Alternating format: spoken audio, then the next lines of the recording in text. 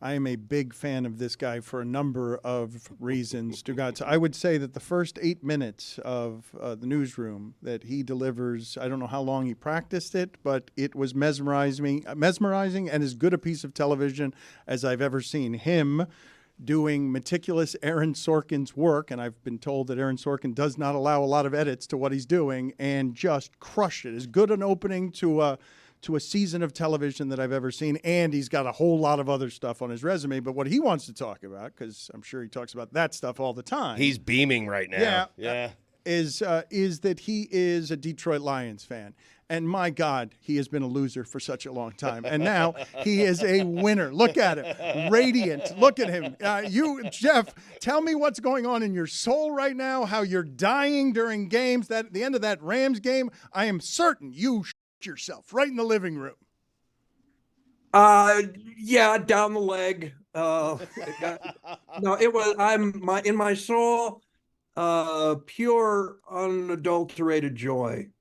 It's just, we've never ever felt like this in Detroit, and decades of darkness and all of that. So it is beyond just, oh, we're in it again, oh, we're contending again. We never do. And so this is an entire city and state that's just levitating. Explain to me, though, what it's been to care about this team for as long as you've cared about it. Explain to me the roots of your fandom and what a jerk you felt like falling in love with this team for so many years and hoping. Well, I go back to the 60s. I remember my favorite Lion was a wide receiver named Gail Cogdill. And, quarterbacks like Milt Plum, Night Train Lane. Childhood. Roger Brown, Alex Karras, Wayne Walker, Joe Schmidt, all those guys. That's where I kind of grew up. And, and you stay with them because they're your team. And you just, the experience to go around the country and, run into Tom Brady fans who are, going for their, fifth Super Bowl or something, is it was humiliating. It was decades of darkness. And then there was the curse of Bobby Layne.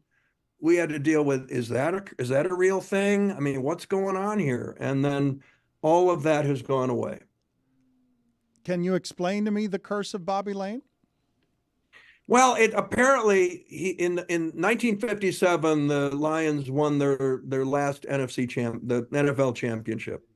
And right off the bat, 2 games into the next season, they traded Bobby to Pittsburgh. And Bobby was instrumental. He's the quarterback. He was also a gunslinger. He was a drinker. He was a brawler. He was, it was a different era.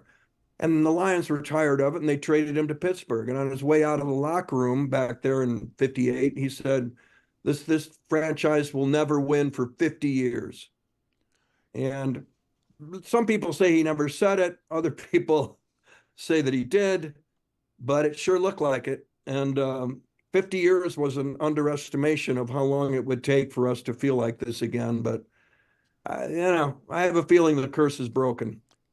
Be careful with that. Let's because they've tried to break it before. Jeff tried to with Peyton Manning. Let's play the video and have Jeff Daniels narrate what's happening here.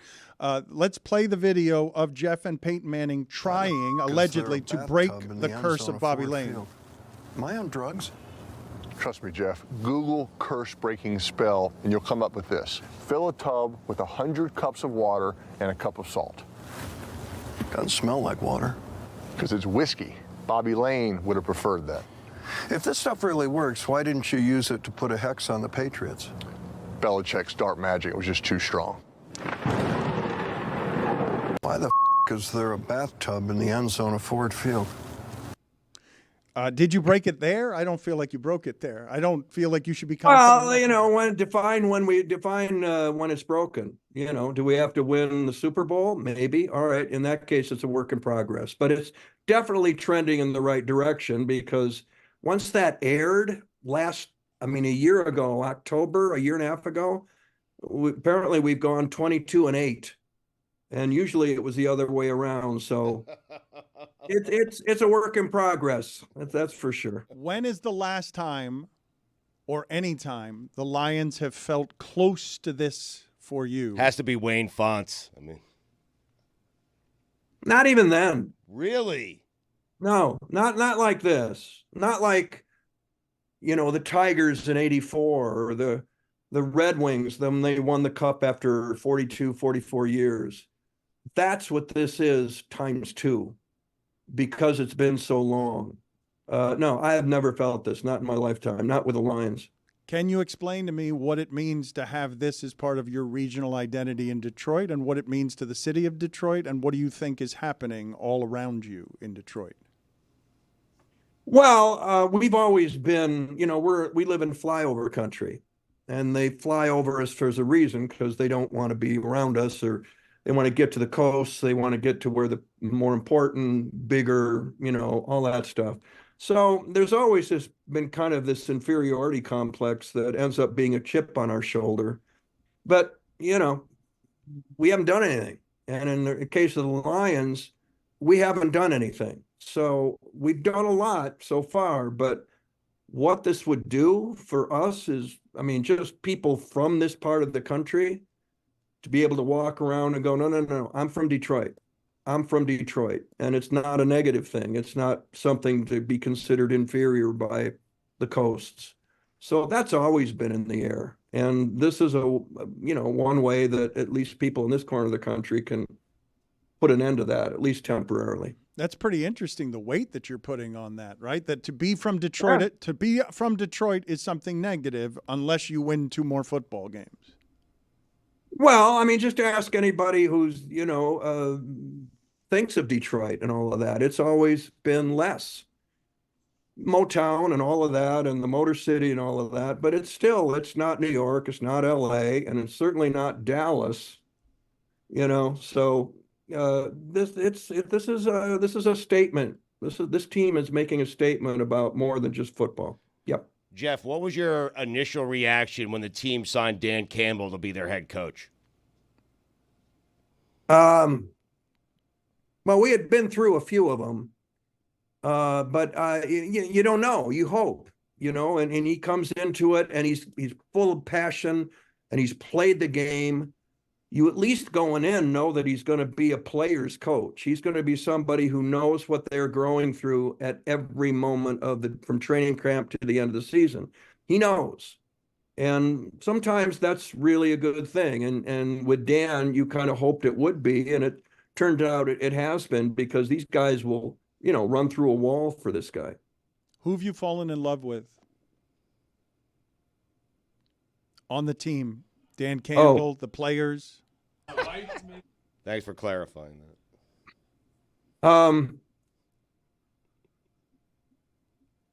Well, it's hard to, certainly Goff's story is a great story. I tell you what, I've fallen in love with the offensive line.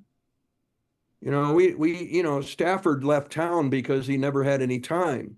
He'd get back there and plant, and he's getting hit.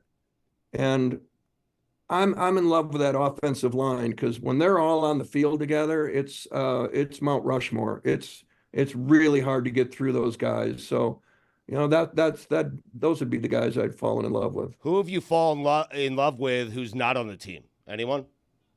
Yeah, my wife. Exactly. 44 years. Yeah. Yep. Mm-hmm. Thank you, Thanks. Stugotz. Yeah. Yeah, thanks. For me, it's Abby. Thanks. We appreciate it. Mm-hmm. You are working on season 2 of American Rust.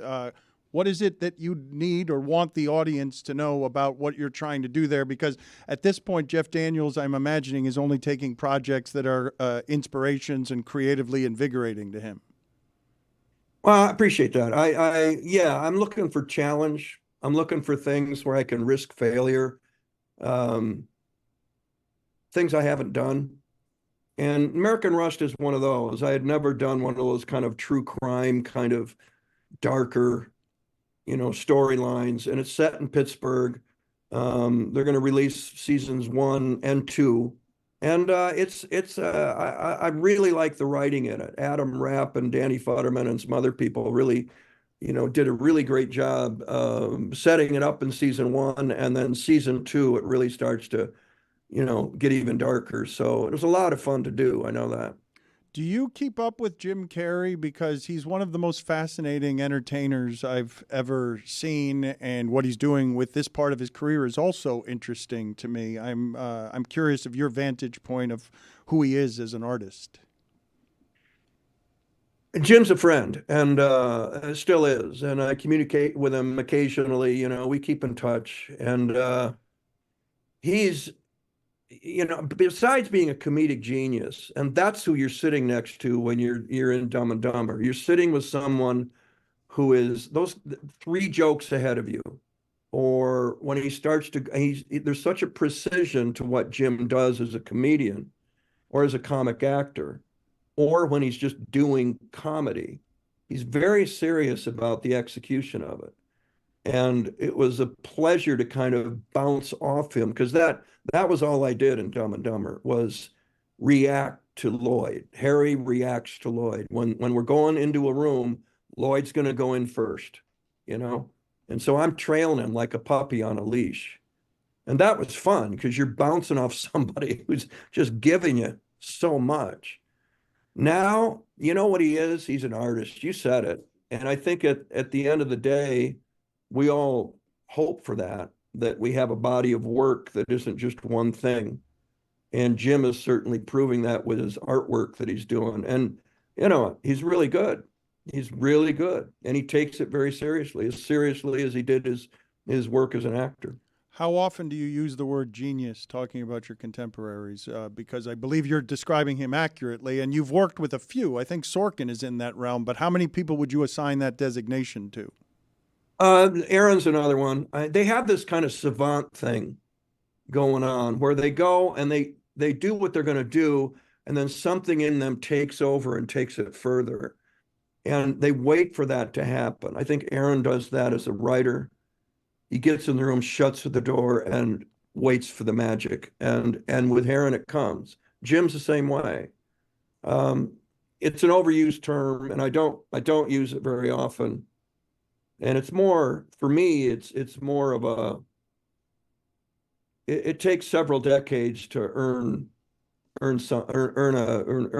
you know, moniker like that. And so longevity has to be a consistency of a body of work has to be there, you know, for anybody to consider anybody, that kind of thing.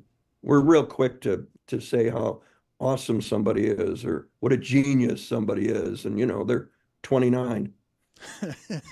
All right, pop quiz. Airport, gunman with 1 hostage. He's using her for cover. You left out hot. He's almost to a plane. You're 100 feet away. What do you do? What do you do? Shoot the hostage. Yes. Right? I mean, It was in the script. You talk about these geniuses. Are you ever in awe? You seem like a very confident actor. You've done an amazing amount of experienced work. Are you ever intimidated when across from somebody? There were decades where that was certainly, you know, something that you had to get over. Working with Meryl Streep, you know, meeting De Niro. He came to, I did To Kill a Mockingbird on Broadway, and there's Robert De Niro walking in the dressing room. It's just, yeah, you pinch yourself. If you're working with somebody like that, then you over prepare. It's not unlike football. It's not unlike being an athlete. It's all about the preparation. And in order to get over, whether it's nervousness or stage fright or I'm not good enough or insecurity or just can you rise up? You know, the 2-minute drive at the end of the game. Can you do it? The 41-yard field goal. Can you hit it with a minute to go? It's the moment. It's why Elway was so incredible. You give him the ball and he drives it. Patrick Mahomes, same way. I mean, can you rise up to the moment? And you want to be one of those guys. And for me, whether it's they put a camera and it's you and Meryl Streep or Jim Carrey and we're going to do comedy, you better be ready. And if you're ready, then the intimidation goes away, because now it's, in my world, it's playing tennis. It's back and forth with somebody who's really good and you're able to return serve. Season 2 of American Rust is coming soon to Amazon Freevee, and A Man in Full will be on Netflix before long. At the risk of being a little bit like Stugotz, if the Lions win, you will come on with us again and we will talk about it. Is there any possibility of that? Because I would like to talk to you more, and there was not enough time. There would be a possibility of that, yes. Okay, so let's see. We will put that away, and I look forward to hopefully talking to Jeff Daniels, because they have upset the San Francisco 49ers in the single greatest moment. He doesn't want to hear that right now. You're getting ahead of yourself, in man. Detroit Lions football history. He will be coming on with us if they produce the single greatest feeling in the history of Jeff Daniels' Detroit Lions career. It seems like a small price to pay. You said it, I didn't. Yeah. All right. Thank you, sir. We appreciate it. Thank you for the time. Thanks, guys. Thank you, Jeff. Thank you, Jeff.